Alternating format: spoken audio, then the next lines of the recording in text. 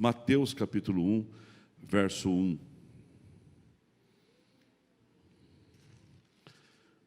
Pastor Eduardo, pastora Juliana, já eles vão nos deixar, eles vão estar lá na cidade de Rio Claro, na sua terra natal, pastoreando uma grande igreja. Você pode dar um glória a Deus por isso? Já está, daqui uns dias já, né? Daqui uns dias, aleluia. Gênesis, Mateus, por que eu estou com Gênesis, hein? Livro da genealogia de Jesus Cristo, filho de Davi, filho de Abraão. Abraão gerou Isaque, Isaque gerou a Jacó, Jacó a Judá e a seus irmãos. Judá gerou de Tamar a Pérez, e a Zerá. Pérez gerou a Esrom, e Esrom a Arão. Olha que nome bacana para pôr nos filhos, isso aqui é bacana. Ó. Arão gerou a Abinadade, Nasson a Salmão. Salmão gerou de Raabe, Boaz, e esse de Ruth gerou Obed, e Obed é Jessé. Jessé gerou o rei Davi, e o rei Davi é Salomão, da qual fora mulher de Urias. Salomão gerou Roboão, Roboão a Abias, e Abias a Asa. Esse é bacana, ó. Asa gerou Josafá, Josafá Jorrão, Jorrão a Uzias. Uzias gerou Jotão, Jotão a casa Ezequias. Ezequias a Manassés. Esse Manassés foi o pior, irmão. Não o pior nome, mas a pior pessoa, um dos piores da Bíblia. Amon a Josias. Josias gerou a Jeconias e seus irmãos no tempo do exílio na Babilônia. Depois do exílio na Babilônia, Jeconias gerou Saliatel, e Saliatel a Zorobabel.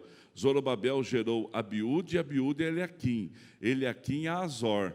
Azor gerou Sadoc, Sadoc a Aquim, Aquim a Eliúde. A Eliúde gerou Eleazar, Eleazar a Matã, e Matã a Jacó. Jacó gerou a José, marido de Maria, da qual nasceu Jesus, que se chama o Cristo, aleluia. De sorte que todas as gerações, até Abraão a Davi, são 14. De Davi ao exílio na Babilônia, 14. Do exílio até Cristo, 14. Pai querido, fala conosco nessa noite, nesse texto de nomes tão complicados, nomes tão difíceis às vezes, mas com uma história muito interessante e que vai abençoar a nossa vida hoje, no nome de Jesus, amém. Você pode assentar-se. Minha mãe, quando colocou o nome no Lê de Eliezer, ela queria chamar ele de Eleazar. Só que aí um cartório errou, né? Então vamos fazer um favor para o Lê, chama ele de Zazá. Zazá. Eleazar, aleluia. Irmãos, é difícil pregar hoje aqui para mim, porque eu estou emocionado pelo maior batismo nosso aqui nesse período de 71. Mas lógico, poderia não ter dado certo, mas se não tivesse dado certo, aí que a gente agarraria com mais força para o próximo.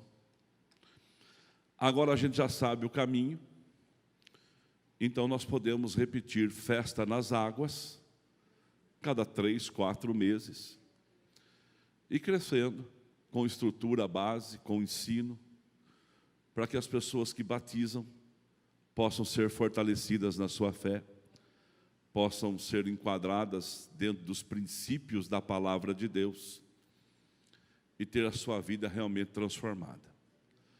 Porque o que transforma a vida de uma pessoa é a palavra de Deus, é a Bíblia. E o que dá um significado para as pessoas é Cristo. E Cristo, Ele é o início e o fim. Ele é o princípio de todas as coisas e o fim delas. Por Ele existe e por Ele deixa de existir. Ele é o alfa, o ômega. As duas letras do alfabeto, o A e o Z. É o verbo que se fez carne. É a raiz de Davi. É o leão de Judá. É aquele que era, que é e sempre há de ser. é aquele que colocou um limite. E ele diz assim, ele diz assim, em Cristo, a sua palavra diz, as maldições se encerram. Que tipo de maldição? Maldições que muitas vezes nós carregamos de uma forma condicionada.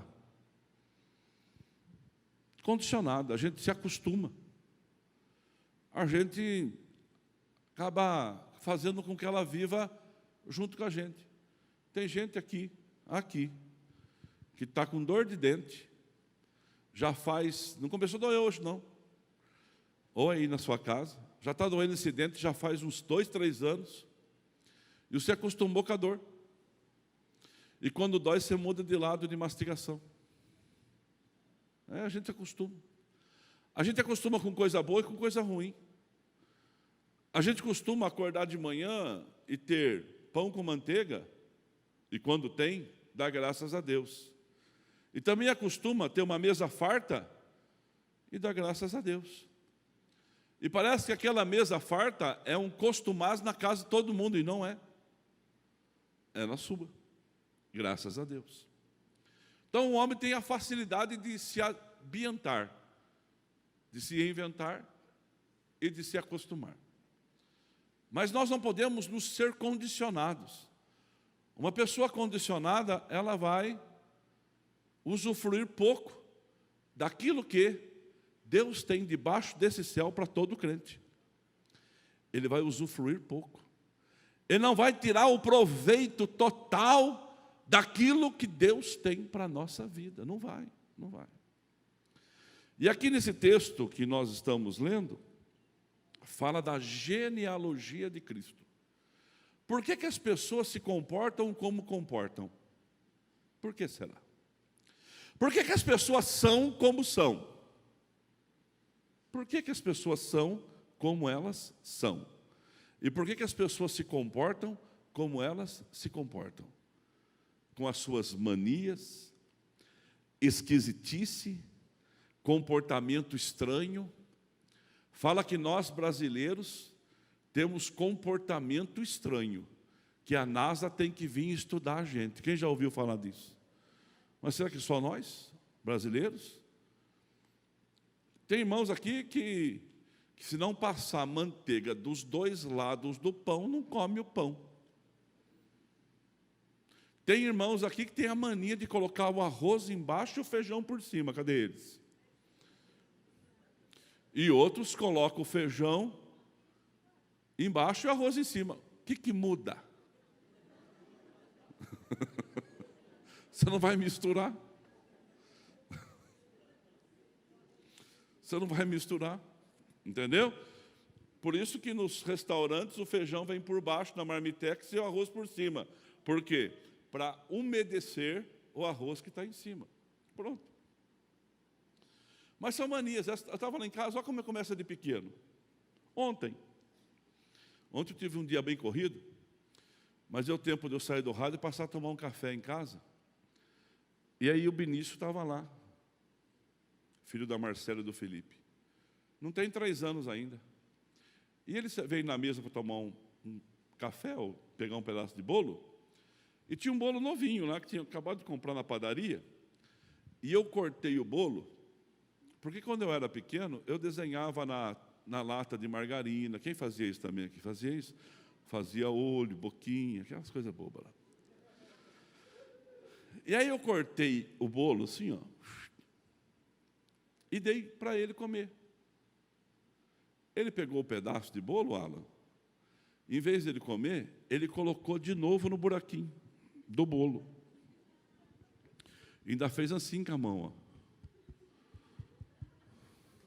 Eu falei, mais um com mania. Deu um tapinha aqui para ajustar. A gente, às vezes, é cheio de manias. E a gente de esquisitice, então. Mas aí tudo bem, ajustar um pedaço de bolo, ter mania de contar num restaurante, enquanto espera o prato, os buracos que tem no saleiro. E eu sei que tem gente assim aqui, Deixa eu até virar de costa. Quem faz isso aqui, levanta a mão. Eu estou falando? porque eu faço. Contra azulejo. Bom, enquanto espera, tem que fazer o cérebro funcionar. E aí, então, são coisas normais, mas tem gente que tem umas manias terríveis, irmãos. Manias, assim, pecaminosas. Pedofilia. O que leva um sujeito a ser pedófilo? O que leva um avô a ser pedófilo? O que leva uma pessoa a ficar tão revoltada com a vida e assassinar o próprio pai ou a própria mãe? O que leva pessoas a fazerem coisas absurdas sexualmente falando? O que leva as pessoas a roubar, a defraudar pessoas? O que leva, irmãos, o ser humano a ser tão agressivo e tão radical quando o assunto é raça, credo? Se a pessoa não pensar igual a gente ou não for do nosso forma de pensar, então não serve, não presta, não vale, não tem consideração. Não, o mundo é muito grande, irmão. Se todo mundo gostasse do amarelo, o que seria do verde? Se todo mundo só quisesse o verde, o que seria do preto e branco? Nós temos que entender que cada um tem o seu ponto de vista. Mas nós temos que entender que somos sustentados debaixo do mesmo propósito. Eu tenho um amigo pastor que foi até Portugal e aí acabaram de almoçar e o pastor é um crente tradicionalíssimo e quiseram que ele tomasse uma taça do vinho do Porto. Quase que ele perdeu a viagem. Porque ele achou aquilo cúmulo. Como que uma família de pastor vai sentar numa mesa agora para tomar vinho do Porto, numa tacinha, colocando assim o dedinho. Depois ele gostou. E tiveram que mandar parar. Mas são costumes. São costumes de países diferentes do nosso. Cada lugar tem um costume. Eu era criança ainda, irmão. Quando eu estudava a Bíblia, com 12, 13 anos de idade, e diziam que na Grécia, a Grécia é um dos países mais liberais, e até com alguma certa libertinagem da história da humanidade. Eu era novo, tinha 15 anos, diziam que na Grécia era vendido mulheres como objeto em prateleiras para satisfazer desejo sexual de pessoas. Eu falava, meu Deus do céu, o que é isso? Então você vê que são situações. Agora, todo mundo na Grécia anda pelado porque isso acontece lá? Não. Não. Então, por que as pessoas se comportam como são, ou são como se comportam, ou as pessoas são como são?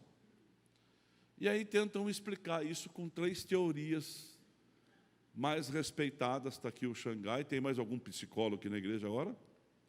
Amém? Deus abençoe. 3 teorias que fundamentam o comportamento humano. Primeira teoria é a da genética. Eu sou assim porque eu nasci assim. Eu sou assim porque eu nasci numa casa que eu vi isso acontecendo. A minha vida foi baseada em ver um pai agressivo, ou uma mãe briguenta, ou uma família destruída emocionalmente, financeiramente. Então eu sou assim. Eu sou assim porque é uma coisa condicionável. Eu sou condicionado, eu vou só assim mesmo. Isso vem passando de geração em geração na minha casa. Minha casa é assim. Parece que as coisas vão bem até um período, de repente as coisas caem tudo para o chão. Parece que os casamentos vão bem, de repente, uma ruína só. Parece que tem uma maldição na minha casa, que doenças, elas são hereditárias lá dentro da minha casa. E assim eu sou. Então eu tenho que aceitar isso, porque é isso que a vida, ela está me entregando. Bom. 2. A teoria da psicologia. Ela diz que o ambiente, a luz, não é? A luz da influência que eu recebo. Eu recebo influência de pessoas. Então, se eu moro num lugar muito violento, muito difícil, é essas influências que eu vou receber.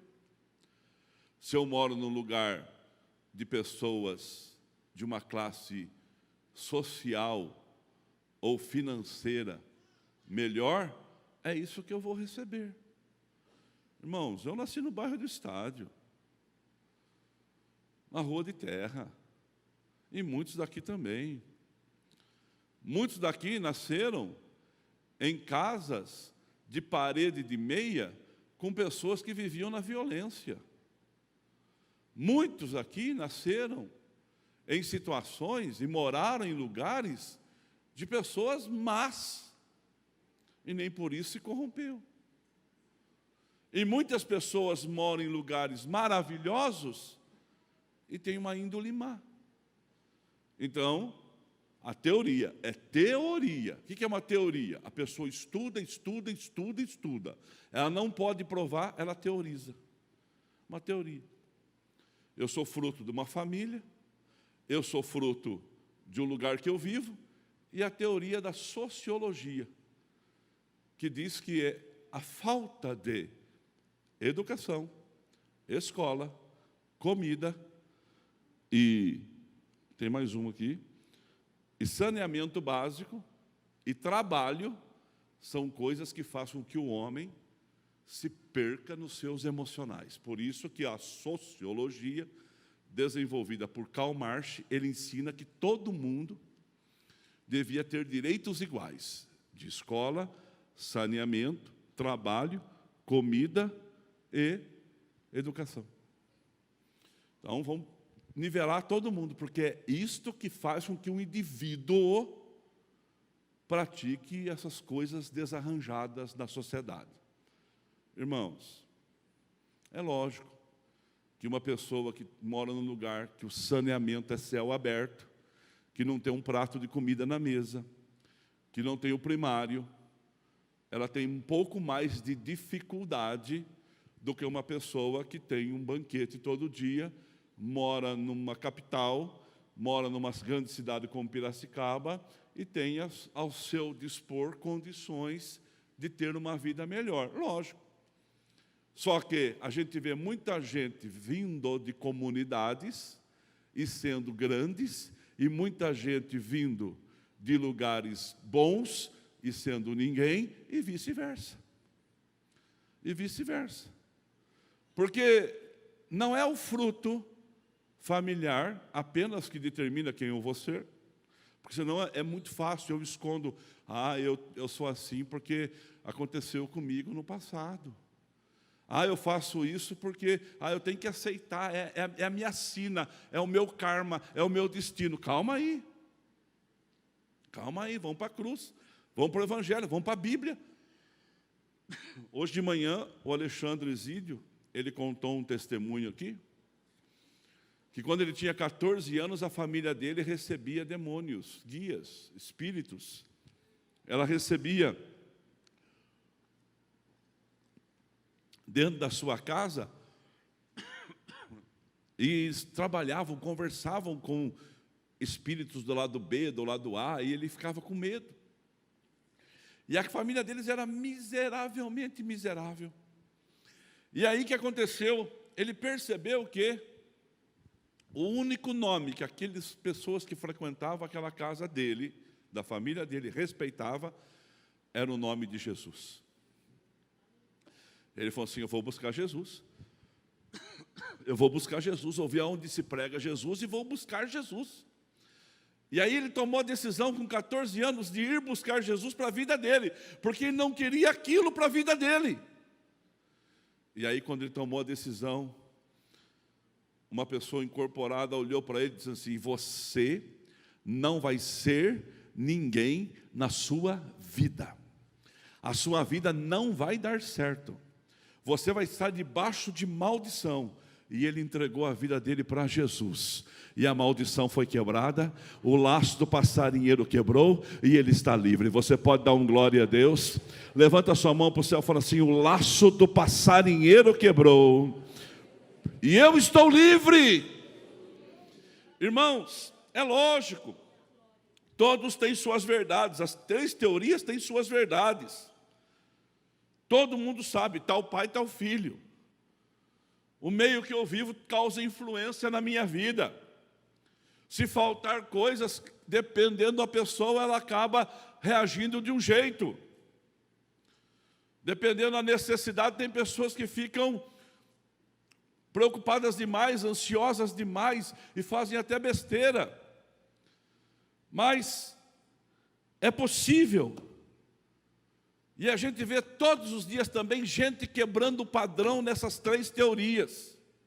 Gente do lado do bom, do lado do ruim, quebrando esses padrões de comportamento. Agora vamos analisar a família de Jesus. Familinha complicada, hein? Deixa eu fazer uma pergunta enquanto tomo uma água. Quem aqui pode falar assim: eu conheço, não é a sua, tá? Eu conheço familinha complicada, levanta a mão. Bom? Agora, a sua família, perto da família de Jesus, é a família de crente, irmão. A família de Jesus era terrível.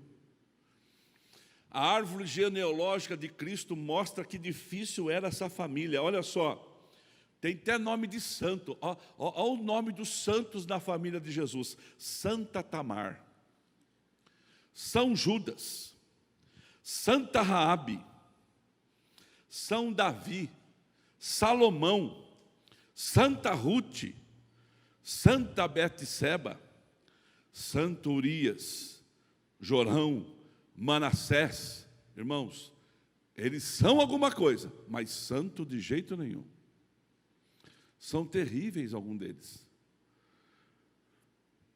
Na árvore genealógica que vem Cristo, aconteceu muitas coisas. Se Jesus fosse ser medido por comportamento familiar, por lugar que nasceu, já nasce, já vai numa manjedoura, diante de si o luar, tem que fugir criança para o Egito, tem que voltar para cá. Que situação de risco, que lugar violento, no meio de gente violenta, queria matá-lo. Jesus, ele enfrenta tudo de ruim na sua vida. Uma árvore genealógica difícil, um ambiente difícil, irmãos, e falta de muitas coisas, mas Deus cuidou de tudo. Vamos lá, só para você ter uma ideia. Verso 3, fala de Tamar. Tamar gerou um filho de Judá. Bonito, está aí, ó. Tamar gerou um filho, Judá gerou de Tamar a Pérez. Então nasceu Pérez, lindo, maravilhoso. Que problema tem isso? Nenhum. Até o fato de Tamar ser a nora do Judá. O sogro fez um filho na nora. Vou explicar. Você não vai pensar muito mal dos dois. A Tamar casou com o filho mais velho do Judá. Ela não teve filhos com ele. Ele morreu. A Tamar casou com o segundo filho de Judá. Ela não teve filho com ele. Ele morreu. Uma tremenda pé na cova. O Judá falou assim: eu não vou dar o terceiro. Ele é muito pequeno, pastor Nelson, não vou dar o terceiro. Quando o terceiro tiver uma idade suficiente, eu entrego o terceiro para casar com você. Pronto. Eu entrego o terceiro para casar com você. Mas por enquanto eu não vou dar, não. Por enquanto eu não vou dar, não. Fique tranquila. Beleza? Até aí tudo bem? Aí ela percebeu que o terceiro já estava mocinho, estava grandão. E o Judá não cumpriu a promessa. Ela montou uma tenda no caminho que Judá ia passar por uma festa, e ela se postou como uma mulher adúltera. Nisto, o que aconteceu? Judá entrou naquela tenda e eles se prostituíram. Só que o Judá não tinha o dinheiro para pagar e deixou algo pessoal dele para vir trocar depois. Aí passou um tempo, chegou a notícia lá na casa do Judá: a Tamar está grávida. O Judá ficou louco, irmão. Falou: vou lá, vou tirar satisfação, vão apedrejar essa mulher, porque ela foi apanhada no adultério, ela não esperou meu terceiro filho. O que ela está pensando? Quando ele chegou lá, ela não estava na tenda, ela estava dentro de casa já. Então ele não conheceu, mas ela já fazia mais de meses. Quando ele entra para tirar satisfação, fala: senta aqui, nós vamos bater um papo, vou fazer uma xícara de café para você, sogro. Você está querendo saber quem é o pai da criança? Eu estou. Quem é o pai da criança? Falou: o pai da criança ele deixou isso aqui, para vir pagar depois. O senhor lembra de quem que é isso? Era dele. Família complicada, hein, irmão? Ou familhinha atrapalhada. Quer mais? Tem mais uma aqui, ó. A Raabe, no verso 5. Raabe, que nome bonito, Raabe. Casou com, está lá, ó. Salmão gerou de Raabe a Boaz. Coisa linda. Boaz. Irmãos, a Raabe, vou contar uma coisa para você. Era prostituta de Jericó. Mulher da vida. Quantas coisas ruins essa mulher tinha na sua imaginação. Quantas situações de humilhação essa moça já tinha passado. E agora os espias de Jericó, de Israel, vai até Jericó, protege a Raabe, explica para Raabe que Jericó ia ser destruída, e ela faz um pedido: salva-me, eu não quero ficar aqui, eu quero ser livre, eu não posso ficar aqui, eu quero ser livre. E aí, quando Jericó é atacada, ela coloca um manto vermelho na janela, e Israel poupa aquela casa, agora ela salva. Coisa linda. E ela tem uma chance de começar a sua vida numa terra que não é dela, e ela casa com um homem chamado Salmão, que é um homem próspero, e nasce um filho chamado Boaz, que é o remidor da família de Noemi. Porque Noemi também não aparece aqui, mas por causa da fome, ela vai morar com o seu marido e seus filhos lá em Moabe. Chega em Moabe, ela tem uma tragédia familiar. Morre o marido e os 2 filhos, e ela fica, ela e as noras. Uma nora pegou e falou assim: ó, eu vou cuidar da minha vida. A outra nora, a Ruth, falou assim: não, eu vou com a senhora. Quem for o seu Deus será o meu Deus, aonde a senhora ficar eu vou ficar, porque eu gosto da senhora e gosto da sua fé. A Ruth era uma moabita, inimigo de Israel, e veio morar em Israel. E um dia, eles eram tão carentes, porque os fazendeiros mandavam as pessoas colher as espigas, e aí os pobres, que não tinham nada, eles iam atrás pegando o que sobrava, e eles iam buscando a sobra e colocando nos balaios as suas sobras. E Boaz estava vendo a colheita das sobras, e de repente quem estava colhendo a sobra? A Ruth, a moabita.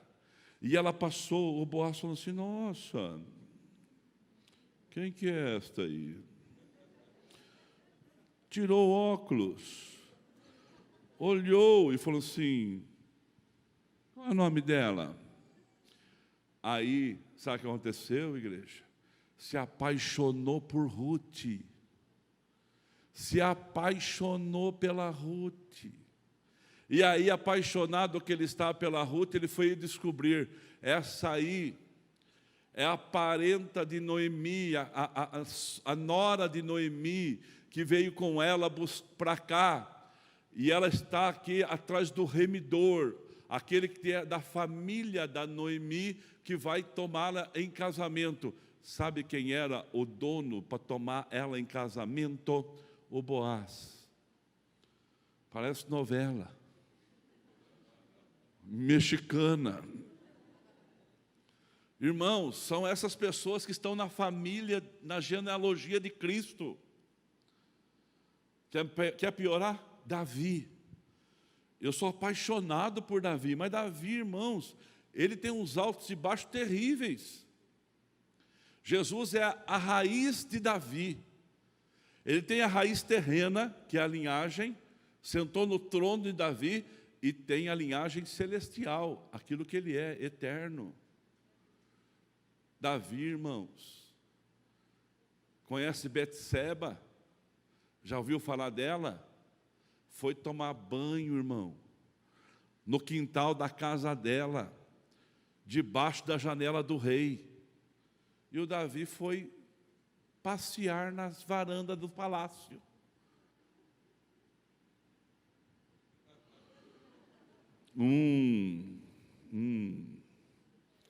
A exibida com o Davi. Davi mandou trazê-la. Passou uns dias, ela mandou um recado, estou grávida. O Davi agora então manda trazer o Urias, o marido dela da guerra. Fala assim, vem para cá, filho. Você está servindo tão bem na guerra, fica com a tua esposa em casa. Urias, irmão, não entrou dentro de casa. Ficou o tempo de folga no portão da casa dele. Ele falou assim, como que eu posso ficar nos braços da minha esposa e dos meus filhos enquanto meus irmãos morrem na guerra? Não. E o rei que era para comandar a guerra estava com essas artes na cabeça. E aí o que aconteceu? Simples. Vai voltar para a guerra. Levou uma carta para Joabe. Joabe, coloca o Urias na frente da batalha. Meu Deus, o Urias levou a sua sentença de morte, morreu. Aí chegou a notícia, tudo por WhatsApp, irmão. Tudo no grupo da família. Chegou a notícia, Urias morreu. Davi então falou assim, coitada da Betseba, agora grávida, né? Foi lá e mandou buscar a Betseba, vem morar no palácio, vem ser minha esposa. E todo mundo achou, esse é rei mesmo, não? Agora tomou até a mulher do outro para cuidar do filho dela. Que coisa linda, que homem bom. Só que Deus viu.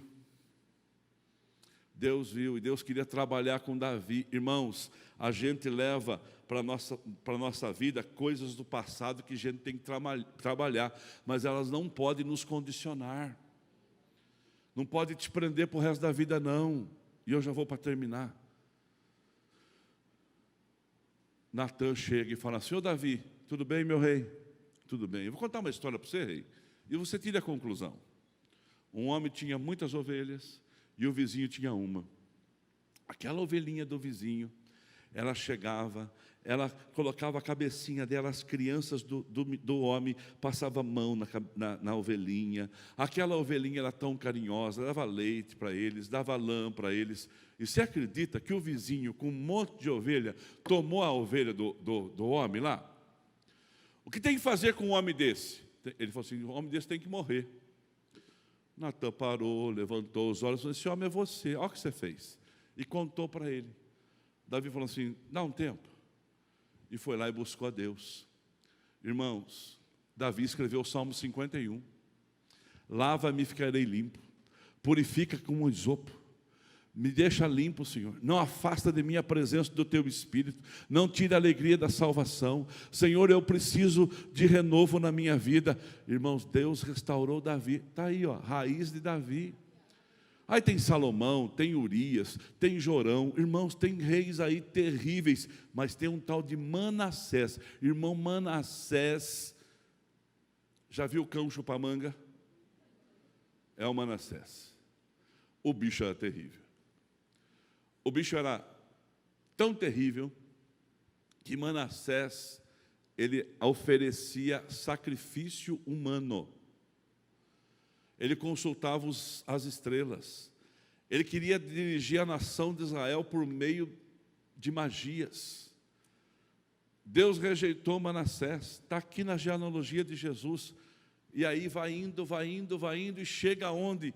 Em uma mulher chamada Maria, a agraciada do Senhor, uma mulher que tinha expectativa na vinda do Messias, uma mulher que acreditava na manifestação de Deus. O anjo Gabriel a visita e fala assim: você é uma mulher abençoada.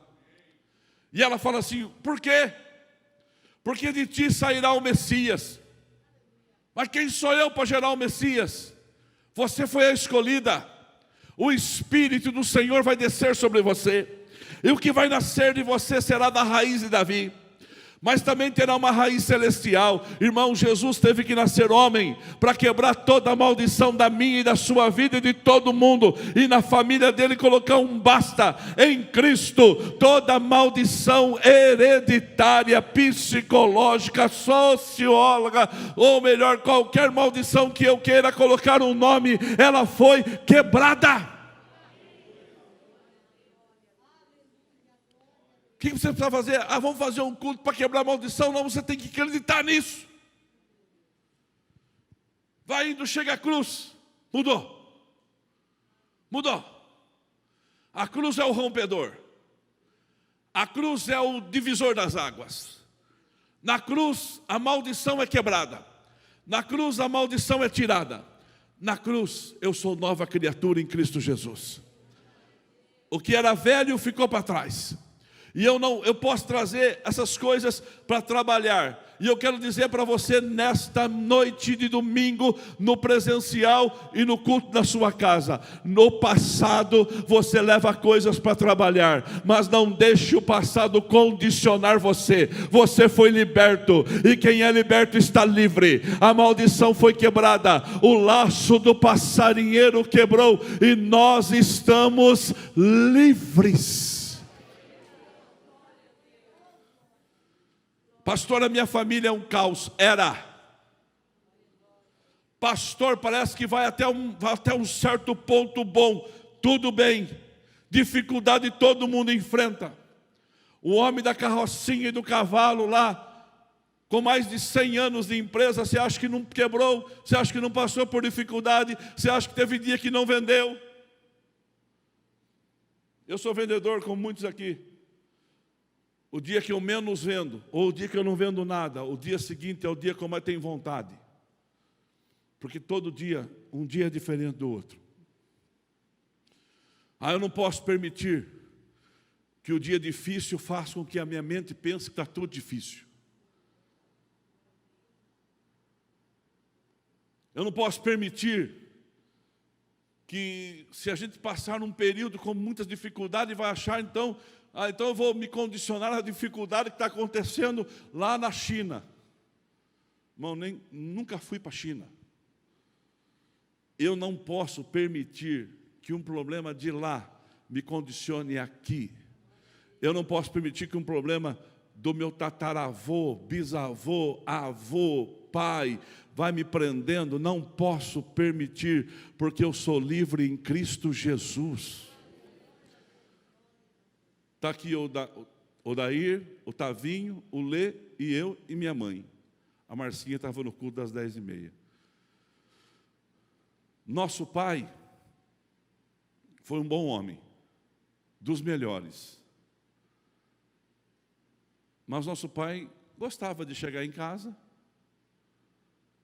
e, até ele ter uma vida mudada por Cristo no final dos seus dias, eu me lembro que na minha casa sempre tinha duas coisas: um garrafão de pinga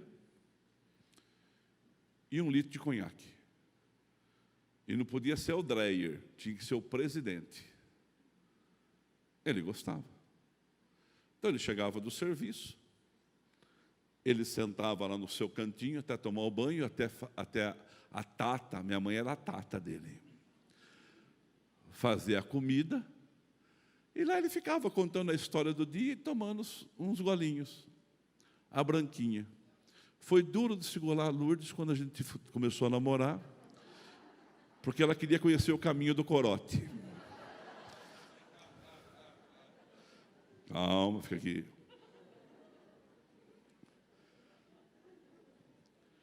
E você acredita, irmãos? Meu pai se converteu, parou com isso, mudou de vida, é morador do céu hoje, mas nem eu, nem o Dair, nem o Tavinho, nem o Lê, nem a Márcia, nem minha mãe, nem um dos nossos sobrinhos, nenhum das nossas noras, das noras dela, da minha mãe, nenhum dos nossos netos, ou bisneto, que minha mãe já tem bisneta, a Chloe e o Benício, nenhum, só dois? Só dois. Nenhum dos bisnetos vai beber? Não vai. Nenhum bebe, e nenhum que virão vai. Você sabe por quê? A maldição quebrou na nossa família. Quebrou. Na minha casa, pastor, o senhor tem que ver, pastor do céu, é o circo pegando fogo e os bombeiros tudo de férias, em Santos. Foi, filho. Você não vai levar o pecado do seu pai. Ezequiel 18, lê na sua casa, a responsabilidade é pessoal. O filho não leva o pecado do pai, o pai não leva o pecado do filho. Em Cristo Jesus, a maldição está estancada. Você pode dar glória a Deus. O que tem que fazer? Crer, acreditar, confiar. Pastor, porque eu me conheço de gente, a gente já teve e esteve tantas vezes na vida. Chega, filho. Maria foi a represa da árvore genealógica de Cristo. Em Maria, quando Jesus nasce, todo aquele passado difícil, tem gente boa ali também, tem Zorobabel, que foi o construtor do novo templo de Jerusalém, não falei isso, tem Ezequias, um homem crente, fiel, tem. Não é todo mundo daquela árvore. Eu falei os piores para dizer para você que eu não vou me condicionar e também não vou aceitar que me condicione. Em Cristo Jesus, a maldição é quebrada e a nova vida é oferecida. Quem crê, levanta a sua mão para o céu e fala assim: eu recebo isso para minha casa, para minha família. E a igreja vai se colocar de pé na presença de Deus. E ao você estar em pé, a banda aqui no altar, nós vamos aplaudir o nome de Jesus.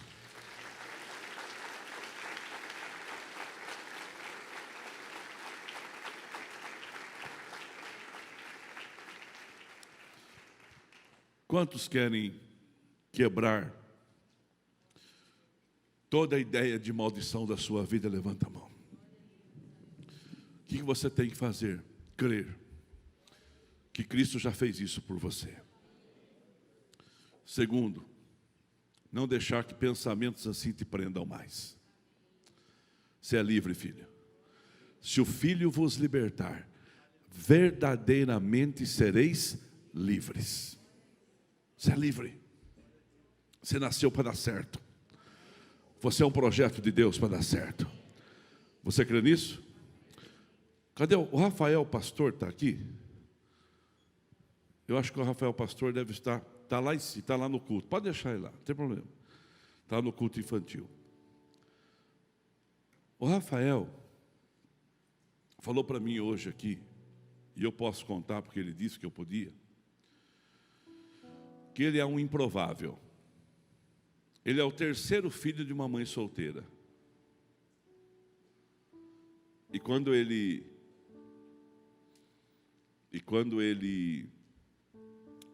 a mãe dele estava grávida, ofereceram Jéssica e Rafael para a mãe dele, do suposto pai, dinheiro para que ela tirasse o menino do ventre. Então ele tinha tudo para dar errado. E hoje é um menino crente, casado com a Bruna, pai de uma criança linda que nasceu esses dias, e o improvável que deu certo em Cristo Jesus. Deus muda histórias, gerações, épocas. Por causa de você, Deus já parou o sol, por causa de um ser humano. Deus, Ele é poderoso para abençoar você. Eu não vivi em lar violento, eu não vivi num lar difícil. A rua que eu morava era o bairro do Estádio. Eu só corria do Paulão Sujeira, que ele andava com o cavalo atrás das criançadas. Mas se é hoje, não, Tavinho. Paulão Sujeira, a gente ia dar um banho nele de ácido. Ele ia aprender. Porque a gente era criança, e tudo isso são ideias para o futuro, coisas que Deus está trabalhando com a gente. Nada pode prender você, nada pode amarrar você, porque Cristo já te libertou. Quem está em Cristo, nova criatura é. As coisas velhas se passaram e tudo se fez novo. Quem quer viver algo novo, levanta a sua mão para o céu. Pensando na comodidade e para facilitar a vida de cada um, nossa igreja possui 3 formas para devolvermos os dízimos e as ofertas. Você pode comparecer em um dos cultos em nossa igreja ou entregar para nossos pastores de plantão. Lembrando que o templo fica aberto das 8 da manhã às 18 horas. Você pode fazer uma transferência bancária, sendo TED ou DOC, do banco de sua preferência, ou um depósito direto no caixa, lembrando dos nossos dados para depósito ou transferência. Agora, você pode usar o Pix, um jeito prático e rápido de fazer pagamentos. Para fazer, é muito fácil. É só acessar o aplicativo do seu banco e escolher Pix. Clique em transferir e coloque a chave do destinatário. Na nossa igreja, a chave é o número do CNPJ. Digite o valor, confira os dados da conta e clique em transferir. Pronto, transferência realizada com sucesso. Para entregar o seu dízimo ou a sua oferta, faz um Pix.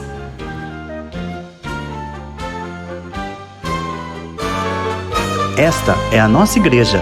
Não importa onde estivermos, estaremos sempre conectados. Lembre-se, juntos à distância.